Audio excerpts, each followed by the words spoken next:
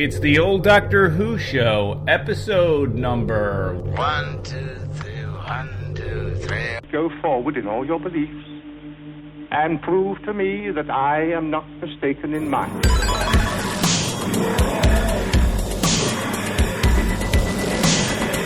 You couldn't control my mind before, and you certainly can't control it now. Would you like a jelly, baby?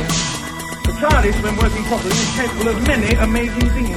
Reverse the polarity of the neutron flows, and the TARDIS would be free of the force field. Well, the TARDIS is more than a machine, Stephen. It's like a person, you see. The resulting reaction is Friday. Are you ready? Welcome back. Welcome back to the Welcome back. Doctor Welcome. Who show. Welcome. Your tri-weekly classic Doctor Who review podcast. My name is Eric. I am wearing Invisalign. Oh, And, that's what's going on. I don't. Did you notice, Dan? No, I don't like no. them. Over this. No, Hey, I'm not Dan, bad. and I'm not wearing Invisalign, but I should. But I you got have some nice shit. teeth. I had No. pretty fangled. I had old fangled teeth, and so You got the version 1.0 teeth. You're so upgrading. science is working on my fangles. Dan, how have you been? I gotta make I'm- sure I'm I'm- recording. Hold on. Yep, still recording. Still recording. We're still Dan? going. I'm apologizing in advance for my levels being all over the place today. I'm good, Eric. How are you in this brave new year? Well, Dan, I lost my Goblin Twitter account. No, I didn't have a Twitter account. My Instagram account. So I've been battling with Facebook, Meta, Instagram for the past month. And by battling, I mean finding literally no one that cares or that I can talk to. So that's what I'm doing. Yeah, I Other read than your that, your newsletter about it, and what an odyssey. I detailed steps. I got into like a long back and forth with Instagram because there's one place on Instagram that'll actually respond to you, and it's for their payments, and they just keep saying use this form. And it just went on forever. And then they were like, well, do you have any helpful hints? And I just unloaded on them. And then a few hours ago, I got an email that says, we can no longer help you. See you later. It's just like, ugh. But I don't want to talk about that. That's my regular life. Unless you're out there and you work for Meta or you work for Facebook or you work for Instagram. Otherwise, let's talk about, what? What do we got to talk about? I don't know. I feel Just like jump this into is what I'm going to say story. right now. All right? Let's get real. Hashtag real. Every time we do one of these shows, it feels like, oh my God, we're doing it again? And I'll text you and I'll be like, how is it possible that 3 weeks have gone by? However, between the time we did the Canine show and now feels like 14 years. Like, doesn't I don't it feel understand. like the longest period of time? Granted, we went from 2021 to 2000. No. Wait, we went from 2000. Did we? What year is this? You're absolutely right. We went from March 2021 to 2020. 2022. So there's that change, but it feels like I haven't talked to you in a very long time. So much has happened. Yeah. Boba Fett, what's happened? I don't know what's happened. I don't know. Stuff. It feels like a lot of things have happened. The new Boba Fett series has started, which is really good. Yeah. If you haven't watched it, I like that. I've seen the first. I guess there's only been 2 episodes, so I've literally seen both of them. I'm caught up on it. I'm making an effort not to watch so much, like quote unquote corporate television and stuff. I feel like so much stuff that I'm doing is like, what am I watching some of this stuff for? So, like, I watched Stalker, which is a movie that I had wanted to see from 1978. It had been on my list of things. Like, oh, I gotta watch, this Russian film. It's Tarkovsky.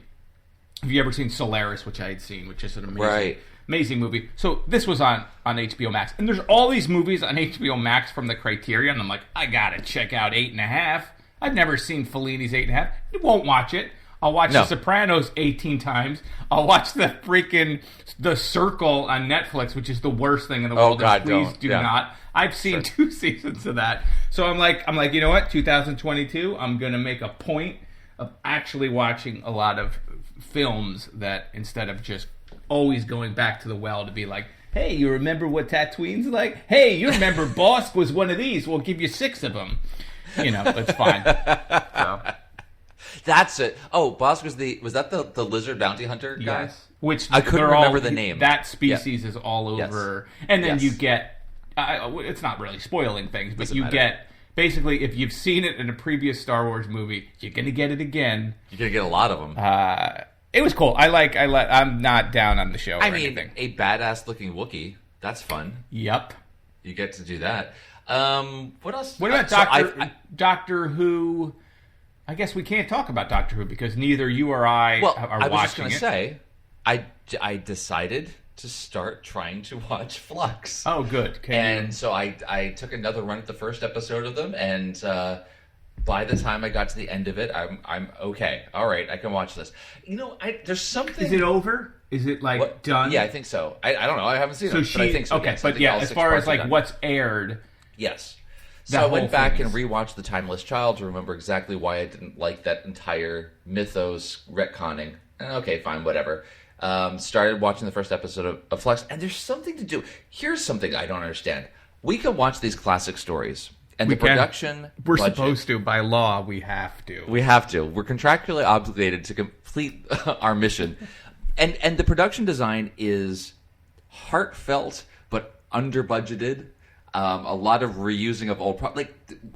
the kitschiness of the classic era doesn't bother me and actually makes it more endearing in some ways. Yep. But then in Flux, some of these character designs are just people in masks with things over their teeth, and they look very expensive, and yet at the same time less convincing and more shoddy. And it really takes me out of the story for some reason. The main villain guy's, whatever his name is, it doesn't matter. It bothers me. It doesn't look convincing. It looks really silly. And all of these are things that are just so intrinsic to Doctor Who, so I don't understand what's bothering me now as opposed to previously. But all of the techno jargon, blah, blah, blah, ooh, we just need to flip the blicker blicker and everything's going to be fine. That stuff is bothering me so much in this current series. It could be possible that you're just a little burnt out from it. From the fact that you decided to do a 7-year-long Doctor Who run. I mean, I'm actually looking forward, though, to the Russell T Davies return. I don't know that I'm going to love it anymore. I would actually love to see Russell T Davies come back with Moffat writing some stories, like in his original run. Because those, I think, were the most strong episodes. Or the ones that I connected to the most. Yeah. But I'd love to see what's going to happen with Russell T Davies. I'd love to see, is he going to bring anything back? Could we see Rose again? Could we? In this era of nostalgia all the time, yes. Yeah. That's what I mean. Would I be mad at it? A little bit to the Boba Fett thing. I'm just so burnt out on feel like everything's back.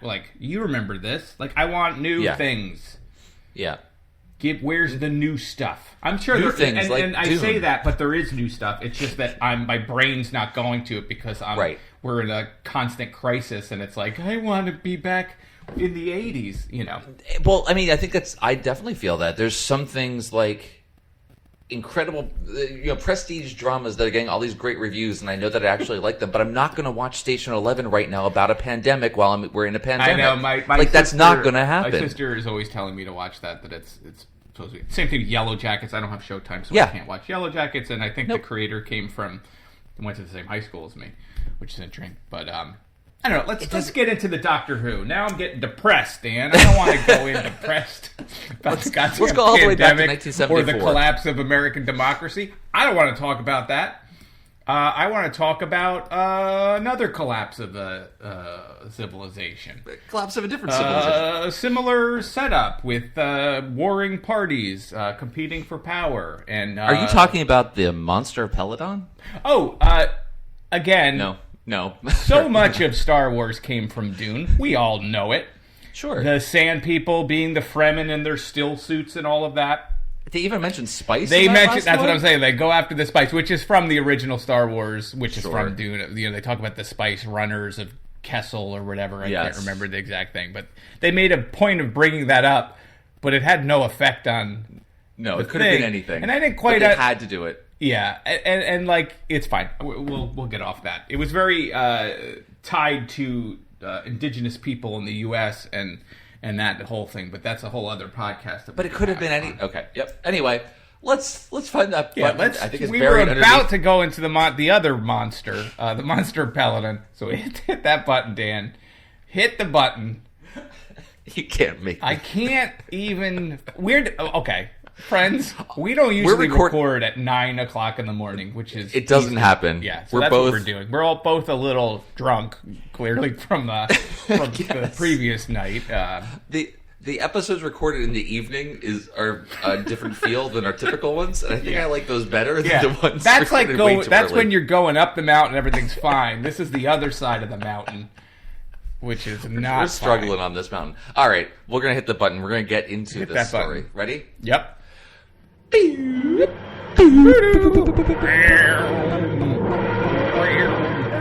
a monster in my Peladon. You can stay here forever, friend. Let us see what has emerged. You say that the miners have rebelled against their proper rulers.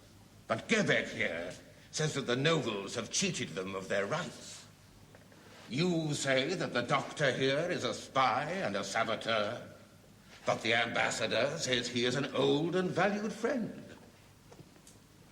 You say... I only hear what I want to.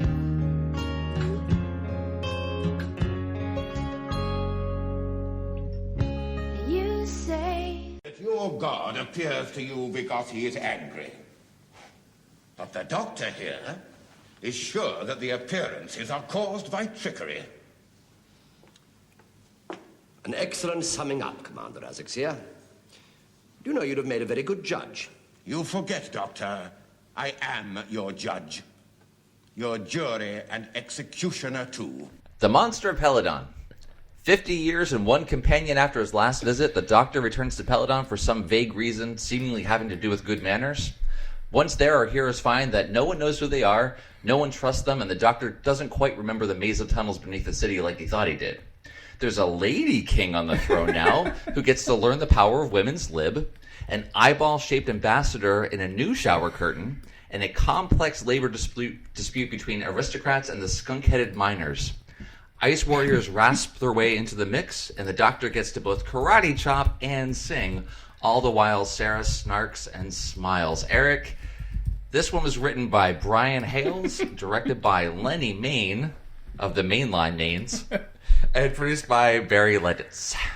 This was aired originally in 1974. And Eric, what did you think of this six-parter? Oh, my God. Well, honestly, you watch it, you're like, tell me about a mineral that everyone wants that's only located in one planet in the universe with warring factions fighting over control of it. I'm already in. No. Seems like some sort of setup we're familiar with. In all seriousness. I actually really like this story. Screw you. I'm out of here. I thought it was I didn't know which way it would go, but for a six-parter, I felt like they did a pretty good job. I liked all of the characters, not necessarily always the... it's a little goofy with the giant. You mentioned skunk-headed miners. They reminded me instantly of Stinkor, that character from He-Man that smelled bad. I liked all that stuff. I thought the Queen bit with the Queen character was interesting, and they make a point of having Sarah Jane go up to her and explain women's lib, and then I felt like she was going to take control at some point and does not really... No. She sort of doesn't have that moment, told which I thought by the was Doctor coming. to go tell her about women's lib, which is a really weird There's a lot. formulation. The intent is pretty good. The execution. Why don't you go talk ladies things with the Lady King? And they make a point even of the Chancellor or the whatever that guy Orton, right? Is like, we're gonna let Sarah. She's like, we're gonna promise me you'll let Sarah Jane go, or I decree it. And he's like, that's fine. She's a woman anyway. So So they they're very heavy on that, which I felt like, okay, well then at what point is the Queen gonna really take control? And I thought she was gonna be the one sort of planning everything, but that just didn't happen. It didn't. Really, Even at the end, she's looking to the Doctor for support, and they're like, dude, we just spent 6 episodes showing you which is all fine. But overall, I thought it was an entertaining romp. I want to know what's up with that one old lady that's standing in the back. That, especially for the women's scene where Sarah Jane's like, women's lib, and she's talking to the Queen, and you have a shot that's like the Queen on the screen left, and you have Sarah Jane screen right, and standing in the back is this older woman in a purple dress. Oh, yeah. That has no lines, but is in so many scenes in the background. I want to follow her story. Is she the stepmom? That's what I thought. Like, the king had married this woman, and then the king died, and they didn't know what to do, so she's just hanging out, but trying to fit in, trying to be a cool stepmom, and not like sort of talk. The fun mom. Does she have a story? The wife of the director, uncredited in the show. It makes sense that she clearly knew someone.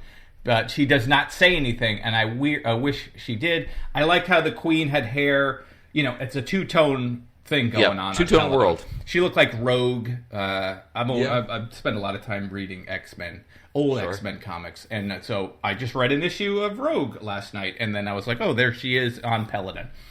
I mean, even what's his name? Orton's beard is multicolored tones. Yeah, that's just the thing. I don't know if it's genetic or if they just do it. Yeah, I like the Doctor and Sarah Jane a good deal. The way they work. Except for the part at the end where the Doctor picks her up by the ear and forces her. That was a little strange, right? Like, he was a little heavy-handed against her. And I also didn't quite like the fact that, like, you have, we got to treat the minors with respect, and we got to treat the aristocracy, I guess, with respect for God knows what reason. But the minor, the main guy that becomes a chancellor, I'm trying to think of his name. Is it Gebek? Oh. Is he Gebek? Yeah, Gebek. Okay.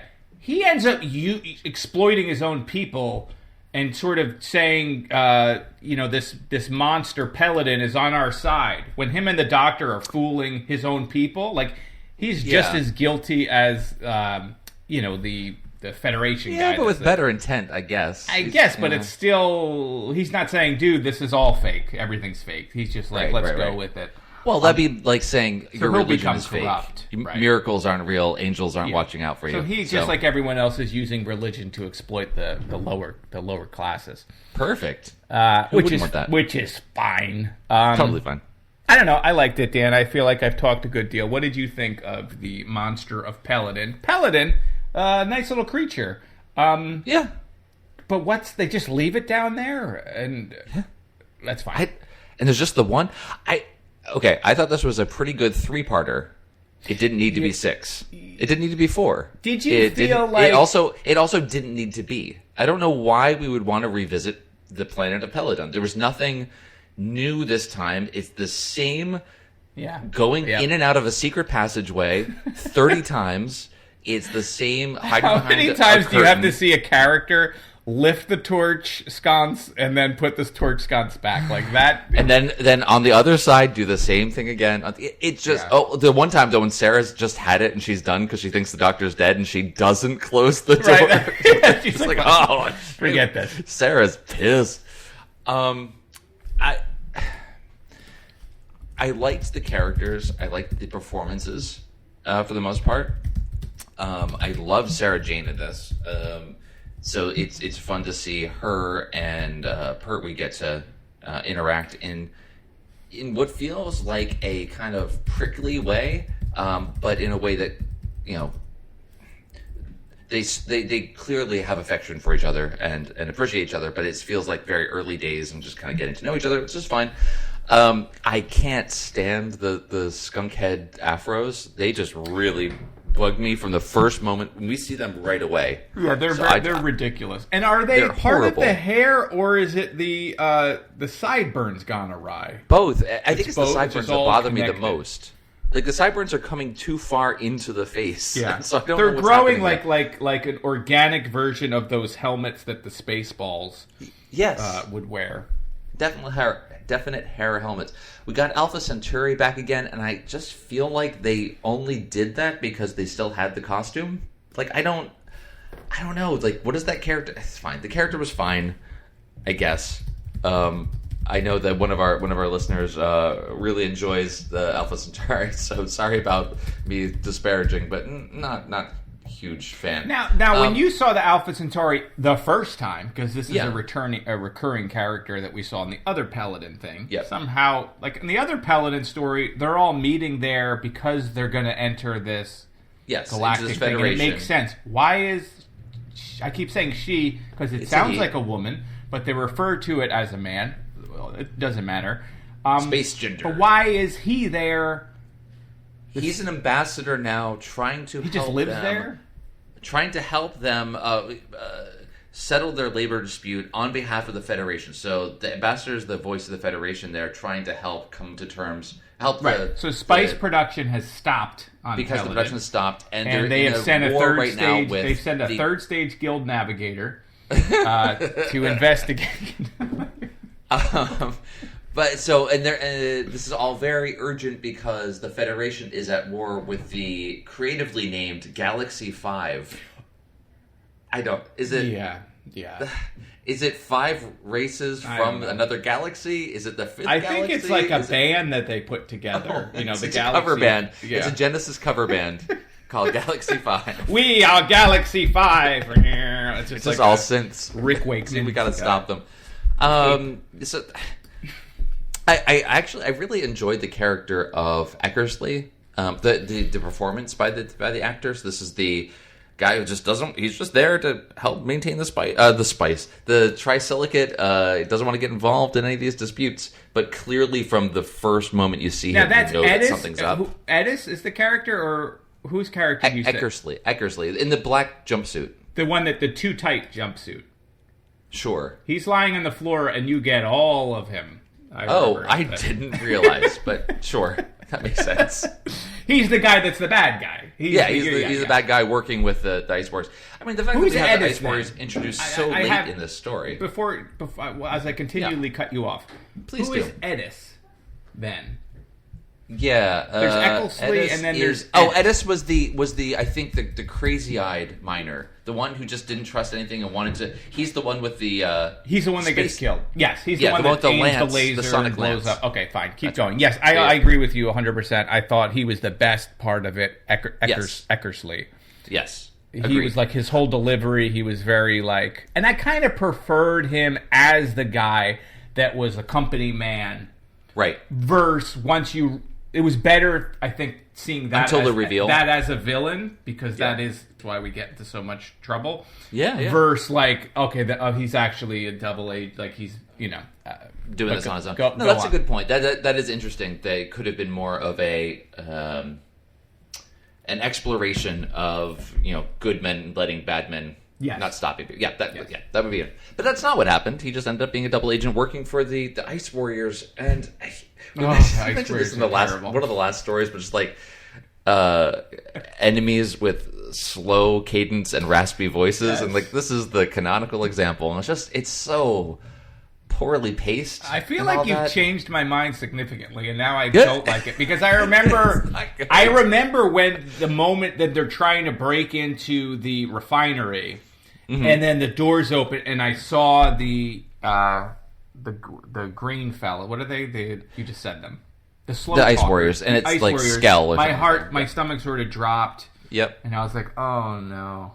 But then I thought it was obvious that they were the ones that were always in there. But then they play it, and then it took me a while for my brain to be like, oh no, they're from the Federation that they had called. And then they reveal later, like, look at Joe, or not Joe, Sarah, look at this guy. Do you recognize him now? I was like, I feel like we all recognize them. They should have known, like, you know what I mean? Yeah, like, but there's something weird about, like... That is like a mystery that's revealed later, but we'd already seen that they were Right. It wasn't much of a mystery to get revealed. There was something, I didn't quite catch what happened. So, they're asking for help from the the ambassador calls for help from the Federation because he thinks that everything's kind of falling to pieces. But then everyone realizes, we don't actually want the Federation soldiers here because they would do bad things. I didn't quite understand. I feel like it's like a situation where you have like infighting in a city, and you don't want someone calling in the National Guard. It's just going to cause more violence and it's going to make everything worse, and like, and they don't want like their society doesn't really even want like any kind of outside interference. So it's like, we don't need the Emperor. We don't want Sardaukar coming to this planet. And that was a cool scene when they slowly floated down onto the planet. Oh, we're going to just talk about Dune instead? That's cool. I'm fine with that. But okay, so the ambassador called for the Federation help, and then they say later, because they were hiding in the refinery the whole time, that's how they got here so fast. It's just dumb. And that was just a weird okay, anyway, that was But neat. did they actually, did they send more people? Like, she called a place... Right. To say, send people, so do people show up again? Unless... Because later they try to call again, but it's all blocked except for the emergency. Yeah, they can't call back, but maybe at least it was already blocked. I don't know. Oh, and they pretended that it was I guess Federation here. Yeah, exactly. Just picked up the other receiver in the house. Yeah, because they make a point Mom, of saying how long what? will it be before they get here? They have a time, and it's we have to do this before this time, and then all of a sudden they're here, and it was dumb. That whole thing was kind of dumb. It made no sense. I loved the lead, that helmet design with the mouth being exposed, and I thought that was cool. That's the same design we've seen before. Yeah, I just think it's cool. You just want to mention it again. Well, I don't like I don't like the standard. No, the guys that are not to everyone can have the body shape they want, but especially they just sort of look like tired. Fellas, I didn't really appreciate. Well, what was also strange is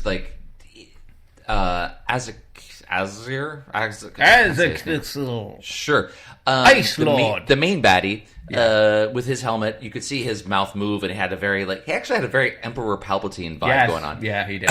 But then you see Skell and the others, and they're talking, and their rubber mouths don't move. Not good look for them, and it's real annoying. Just don't have a close up then, or.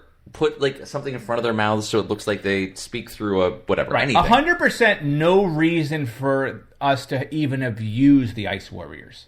No, they did not need to be there. If it had opened and you had an Ice Lord, whatever, just have him, and a bunch of human-looking guys dressed in suits, so you would be like, oh, this is the Imperials or the whatever. Right. What's the Federation people? It was like you were adding this other element, there's already... They did a lot of work on costumes. Everyone looks different. Alpha Centauri is a whole thing. That skunk look for the Stinkor. There was this regalness. That everyone looks different. We didn't need another alien race. There was one creature guy who he died in the first episode or second episode of the story. Had a crazy mask and these big golden eyes, and was all covered in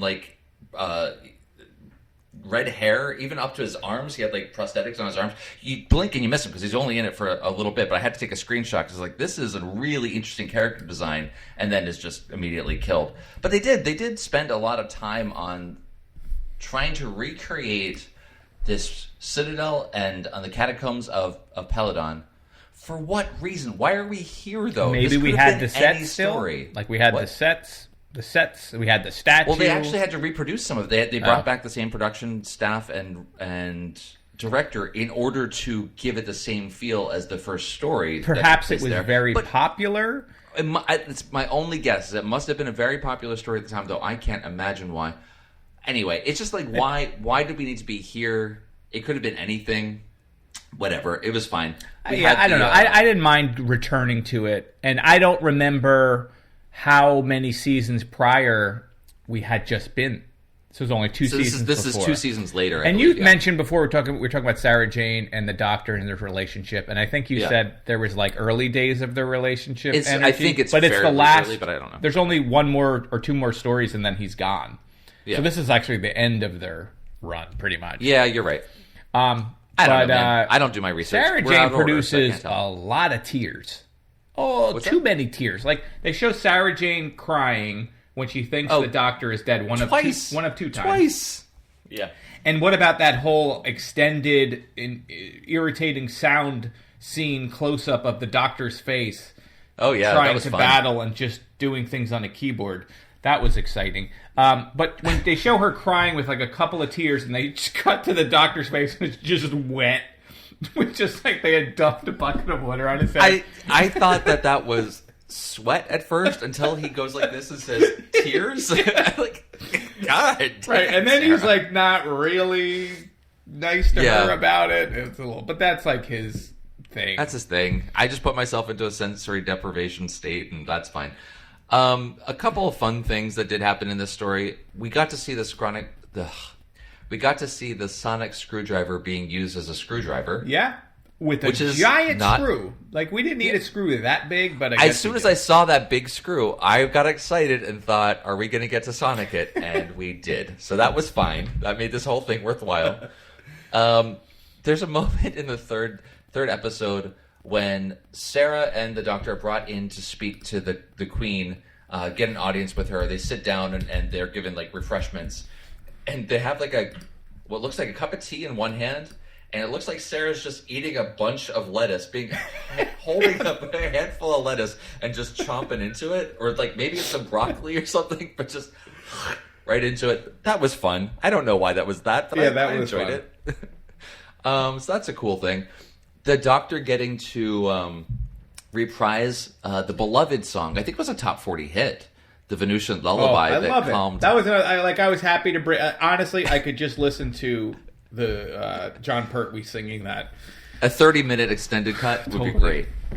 You throw a little EDM underneath it, and you really got a hit on the charts. I think you're right, though. I think this is a bad story. I don't think it's a great story. I'm trying to run through it back in my head. Like, what did I like about it? I think what you liked about it was your grading on a curve. For a 6-parter, it was actually, it went down pretty smooth. Well, you said it should have been 3, and that's 100% true, because like you can tell whenever they're sort of padding things out, when you get at least a minute of the previously on scene reenacted, like every episode long. It was like, oh, we're going this far back. I guess you're really trying to, and some of the episodes are like 22 minutes, 23 minutes, so it could have at least been 5 parts. If not, I honestly, it could have been 4 to 3 parts, but that's fine. 4-parter. I think you probably could do it all. If to your bigger point, like why bother? Why were we even doing it to begin with? You know, it's the same story essentially, or just the same. Like the location didn't matter, so I don't know why. That's fine. Yeah, the first story, like the Curse of Peladon, right? So they're about to sign the treaty, and the thing is, the Peladon creature is killing a bunch of people, and then it turns out it is an illusion, right? Is it the same in the first one? In or the this first one? It's not the actual creature. It was the actual creature. I can't remember. I can't remember. It was a very long time ago, and I didn't care too much for it at the time. But this time, they're using a statue getting projected through a matter transport with a heat ray that causes people to evaporate, I guess, because they just disappear. With pre-programmed locations all throughout. What was funny too is every time like people got captured, like the Ice Warriors would capture Sarah Jane and Alpha Centauri, they put them in the communications room. Yeah, it doesn't make That's sense. Where we should lock you up. Yeah, with so all they can the literally listen to all of our conversations where we're saying our plans. Can I get audio on that TV? Of course you can. And like the guy, it's not like the guy wouldn't know. He designed like all the tech on the entire place. He knows how, where things are programmed, and so that was kind of dumb. Yep, didn't make any sense. Good for the story. I think there's a moment when they're... And they have dungeons. They have dungeons because they put the Doctor they're going to keep there. It's not like they don't have the space. They're told that the Doctor's restricted to the Citadel itself and cannot leave and stay here. And they stay in the communications room, and Skell and the Ice Warrior leader go walking off. The Doctor looks out and just leaves the control room and walks away. And then you see the two of them skulking behind him past the open door so that Sarah can follow. And then she follows him, but she never calls out like, Doctor! Nothing. Or anything to give him a heads up. She just lets it happen. Right. And Doctor, thanks for going to the kitchen to get me something. And then they have that whole thing with the laser beam that looks like that Empire Strikes Back Hoth toy that you could get. That's exactly what it would shoot. There's really no point to that. I mean, other than I guess it's going to destroy the Citadel, so it's like that's something they got to stop. But it's I thought that it was going to be technology used in some way that awakens Agador. What? We're cutting each other. Why is Agador even in it? Like, other than the doctor lulls him to sleep, like, he's just this... I feel bad for him. He's just this creature they've let live in the... And mines. Die. And why didn't the guy project... They do. Yeah, and it died because of the doctor. Yeah. The doctor used it to get to where he wanted to, and then just let him attack a guy with a gun. What did you think was going to happen? Yeah. It's fine. All right. We're going to have one sad puppy. I don't know. Is there anything else to talk about this one? I don't know. Let me look over my notes. I know. My notes get the sparser and lady sparser as we What's go. That? Okay. Hair like Rogue. The dude Eckersley's suit is too tight. We talked about that. I can't believe you didn't notice that. What? I will say, Alpha Centauri, for what a crazy costume it is, a giant eyeball. I like Alpha shrouded Centauri in a shower curtain with millipede arms. Crazy. Okay, that's cool. And one worked, and the other are just dead at the side. Just strings and attached. I found the face area eyeball to be actually quite expressive. Yeah. So kudos to the performer of the actual physical performer, because just the head tilts and the way the eyelid moved, it was actually a quite expressive thing, which could not have been easy in that getup. So props there. I just wanted to. And Alpha Centauri easily manipulated. Easily. Unfortunately, he gets taken advantage of several times. He seems to not quite follow. Yep. It's fine. I don't know. I don't really have anything else. We talked about everything that I had. Just too much running through tunnels, man. That's my takeaway from this. Just too much of the... you talked about like the padding. You can tell the story's been padded whenever the previously on is a minute long. You can also tell when it's padded when they keep going back to the same location a half a dozen times. And just too many back and forth in the tunnel. Anyway, that's it. It was a fine story. It's not there at the top. Sarah Jane definitely makes it much more tolerable. I think the performance of the Queen, she was pretty good. I don't think she was good enough to do. It didn't go as far as you had wanted, but that's fine. The overall performances were fine. It just was a story that was too long. It didn't need to be told. So and we're in the era of the 6-parter, so like that's the standard at this time. I'm glad they have moved beyond that. Because we're going to do Planet of the Spiders, which happens after this, also 6-parter, so get ready for that. Planet of the Spiders. Well, that's what we thought about it. Eric, do you want to see what some of our listeners had to say? Well, actually, I'm a little confused. Okay, so this is a podcast that gets sent out over the internet. Now, Monster of Peladon is followed by Planet of the Spiders. And then it's followed by, I think, Robot. So aren't we doing these stories in order? Because then we do Mind of Evil at one point, which is also a Pertwee story. So I guess we're not doing them necessarily in order. I don't know. Maybe I screwed up whenever I did our scheduling. But we're going to jump into Mind of Evil. I just saw still from Robot, and I am not excited. More Pertwee stories. We're not done with Pertwee, even though we're essentially done with Pertwee. So I don't know why this is set up this way. That's cool. It's all fine. So I may have screwed something up at some point. So we're aware of the error, and we're working on being better people. I'm not sure what you're saying, but I'm glad that we aired this all in the podcast. So, folks, thank you for responding on Twitter to our what are we calling it? We're calling it our plea for comments? Yeah, let's call it that. Let's call it a plea. So we let you guys know that we were recording this today, and to find out what you thought about that. So let's just review the old timeline here. We got...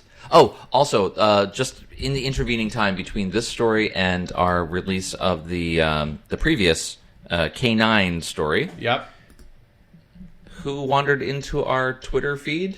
thanks to some of our listeners. Oh, yeah. I forgot we didn't mention this because this is a thing that happened. We got Matthew Waterhouse replying Twice, mostly right? to our Hair of the Hound and other Doctor Who show listeners. You know him as Adric. You might recall he's the boy in the blue box. But yeah, anyway, so Matthew Waterhouse actually weighing in with an affirmative and more. That was lovely. So yeah, we've got Joe Grant in our timeline. We've got Matthew Waterhouse. Yes, if you're not familiar with what Dan's talking about or do not follow the old Doctor Who show account on Twitter, go to it because he posted a great photo of him wearing a shirt with K9 on it. from like I guess some convention or something from who knows when. Yep. Well, I mean, I didn't post the original one. I think that was... No, but it's in that thread. It is in that thread, yes. Right? That's correct. And didn't we retweet it? Refers to it, and yes. Anyway, just wanted to mention, check out great content for free. Okay, so from our responses here, Paul says about this story, worth watching for the third Dr. Sarah relationship and banter. Very different to that of Joe, that's for sure. Sarah doesn't take any nonsense from the Doctor or anyone else and gets stuck in at every opportunity. Ice Warriors are menacing, and Agador dying is heartbreaking. And he goes on to say some great lines from this story. Quote, well, as we were shoved down here to receive the verdict of Agador, I would say that the result is very much in our favor, wouldn't you? Oh, yeah, so he got thrown into the Rancor pit. Yeah. Didn't really... Yes. And what year is this? It predates it. This is 74. Yeah, so I'm just saying, it's Star Wars borrows heavily from everywhere. Let's just say absolutely. George Lucas just we all know that Jabba the Hutt, a giant worm-like creature. For people that have read God Emperor of Dune, you know what I'm talking about. Paul goes on to say, another quote, you're sure you don't want to stay here and take the job, Doctor? Civil service post with a pension? That was at the end when they were leaving. And he was given the what a different world that would have been if he had taken that job. Yeah, just becomes a functionary, pushing paper all the time. Yep. Misfit Scully says, we'll rewatch later and send a message tomorrow, if I remember. It's a good story. Here's a painting I did a couple of years ago of one of my favorite characters in all of Old Who, Alpha Centauri. Looking forward to your take on the classic. So we got a painting of Alpha Centauri in the original yellow shower curtain, not this much more fancy ambassador green shower curtain, but still pretty great. Thank you for that. One notice before pause. One thing that I did not like about this story was how it was presented on BritBox. So shame on you, BritBox. They spoil some plot things within their descriptions. Not that it was that much of a surprise, because I think right away you kind of know that what's his face is sort of a bad dude. But they say when it's revealed that oh boy, what the hell's that guy's name? I can never remember his goddamn name. Eckersley. Christopher Eccleston. It's like it's revealed that Ecclesley and the whoever is working together, and it says that in the episode that you find that out. So it's like, could you not do that? That happens often. I try to avoid the descriptions because they will spoil it. Sometimes they spoil it with the screenshot, which you can't do anything about. Well, I don't actually. So I'll start the first one and then just go to the next episodes from within that player, and you don't really see the. Yeah, but that's horrible. Why? Who writes those? I don't know. It's fine. But you send us a free subscription anyway because we're pushing your stuff. Go on, Dan. We really ought to get that. Our friend Paul Paranoid says, "Dear guys, hope you and your loved ones had a great Christmas and Happy New Year. Thanks again for the live K9 and Company Twitter space. It really made my Christmas. Thanks, guys. That was super fun for us too. Thank you. Got to step out this episode because I bought myself the Peladon Tales box set and I'm behind, having never seen this one, so avoiding spoilers. So, Paul, when you finally get around to watching it, let us know what you think, because we have thoughts." Wait, so there's a box set? So is there more than just these two Pertwee stories? I'll let you find that out for yourself. I don't know that. Thanks, but at least there's the two. The World Enough in Time podcast says, it's initially exciting to be back on Peladon. Is it, though? I'd love to know why it's exciting to be back on Peladon. Like, okay, that's the place we've been. I don't mind. I like the castles, and I like the Space Queen, and I like the minerals and the mining. But it could have been any place. It could have been a new place. Why does it have to be Peladon? Well, they could have told a new story on a different place, right? Well, I don't know. I guess. Anyway, that's fine. Goes on to say, but the Peladon creature has gone mad because it's eaten the spice, and now it's attacking people for real. And the Doctor has to go there because he's the only one that knows that song to calm it, right? Something. I don't know. I'm just spitballing. Look forward to Eric's fanfiction version of what this story could have been. It's going to be great. Okay. Starting again. It's initially exciting to be back on Peladon, but it ends up being a bit of a chore, which even Sarah can't save. Just not enough plot for 6 episodes, and it's deeply unmemorable. Agreed on all counts. I couldn't remember the first visit to Peladon all that clearly, so this one's just going to meld together. Let's see here. Brendan A. Jones says, the good stuff, Sarah overcoming her fear of Alpha Centauri. Quote, there's nothing only about being a girl.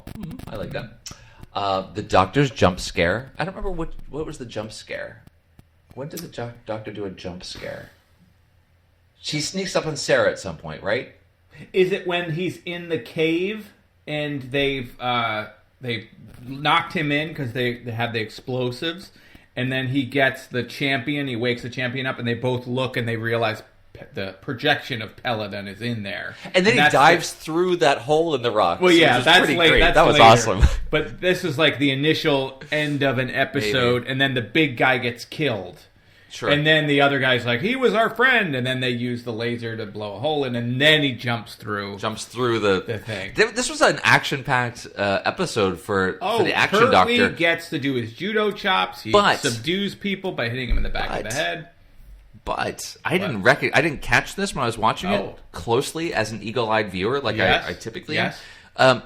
Apparently, Pertwee had chronic back pain, especially during this time of production, and a stuntman actually filled in for him for most of the action sequences, with Pertwee's voice getting dubbed over some of it to try to hide it. But apparently, I didn't notice this. Apparently, there's some shots where it's very clearly not Pertwee. Oh, I had no idea. I didn't catch it either.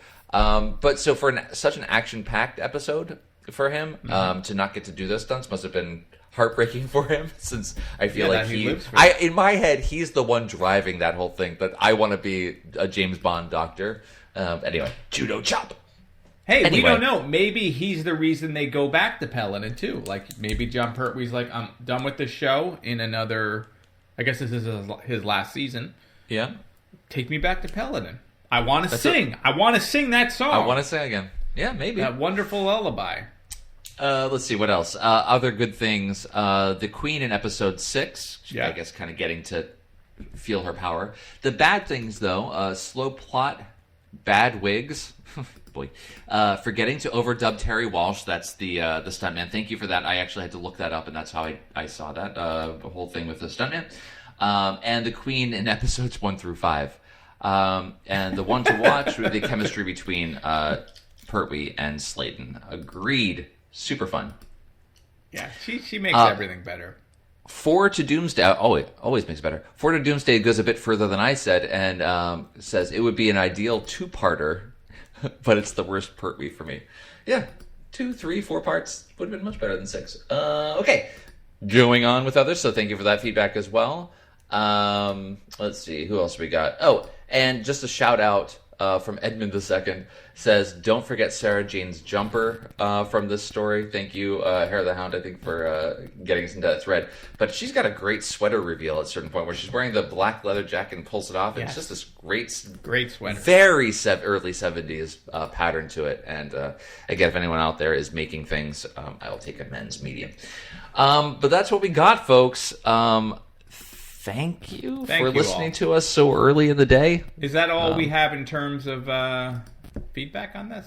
That's what we got on this story, folks. We don't have any reviews either, as far as I know. So it's I think that review train has sailed until we get some more people listening here. So, but if you haven't written a review and would like to, please do it on any of your favorite podcasting stores, the Apple iTunes, the Google's Play, the Spotify's, if they take those things. So the Google's feel free. Play. What? I was just laughing at the Google's Play. Thank you. Yeah. Thank you. It's a little fun thing I do with my words. Eric. Yeah, so let me tell you, friends. So now what you're supposed to be doing is listening or watching. Not listening, watching. You can do both. Creature from the Pit. That's the next story we're doing, which is a Tom Baker story, I believe. Creature from the Pit. So that's what we're doing next. And where I got Dan confused is after that we do Keys of Marinus, and then we do Planet of the Spiders, which is the last John Pertwee story. Then we do Nightmare in Eden, and then we do Mind of Evil, which is way back in John Pertwee's run. So we're all over the place with Pertwee. Even though Planet of the Spiders is coming up quick, it's not our last Pertwee. We're going to be with Pertwee to the bitter end. The very pleasantly bitter end. Yes. Yeah. Bitter's not always bad. No, and obviously, if you haven't, please purchase Goblin, the graphic novel that I was. Yeah, check out Eric's Facebook page about it. No, you can't. You can follow me on Twitter at eGrissom or on Instagram at eGrissom. You can go to realmofgoblin.com and you can get all the links there. Always thanks to my friends in the UK that have purchased the book and have brought up our numbers. And also, I don't know if we have any listeners from the Czech Republic, but possible some good news heading your way as far as the book goes. Fantastic. Yeah. All right, then. And just to note here, we are a full hour and change ending the show before we would normally begin recording. So that's why we're loopy right now. So hope you enjoyed this one. If you want us to do more early recordings because you liked it so much better, that's too bad. It's not going to happen. But I will say, when we did our Christmas, holiday, New Year's, Hanukkah, throw some more at me. Sure, Festival of Lights, Festival of Lights, extravaganza show. I had a lot of fun. Dan had a lot of fun. I think we'll do another one of those for real. Yep. Oh, Dan, real. You know what today also is? It's 123, but it's also basically the closest episode to our anniversary. Isn't that strange? So are we entering our January 4th, today's January 9th, but on January 4th, 2015 was when we first reviewed the Aztecs. So for some fun, go listen to that on the website, and then don't tell us about it because I would never listen to that. We don't want to hear about it. Painful. We're into our 7th year of this. Man, that's nuts. Time flies. Yeah. This is great. So happy anniversary, folks. Dan. We'll see you again. We'll talk at you again in another 3 weeks. Yeah. Talk to us at TODW Show on Twitter, theolddoctorwhoshow.com if you want to listen to past episodes, because only the most recent 100 are available. TODW Show on Instagram, too, which I still have control gifts of. up there you can laugh at. We'll talk to you again real soon. Cool. Thanks, everybody. All right, all. Thank you. Peace. Come all of you good workers, good news to you I'll tell of how the good old Union has come in here to dwell. Which side are you on? Which side are you on? My daddy was a miner and I'm a miner's son, and I'll stick with the Union till every battle's won. Which side are you on? Which side are you on? They say in Harlan County there are no neutrals there. You'll either be a Union man or a thug for J.H. Blair. Which side are you on? Which side are you on?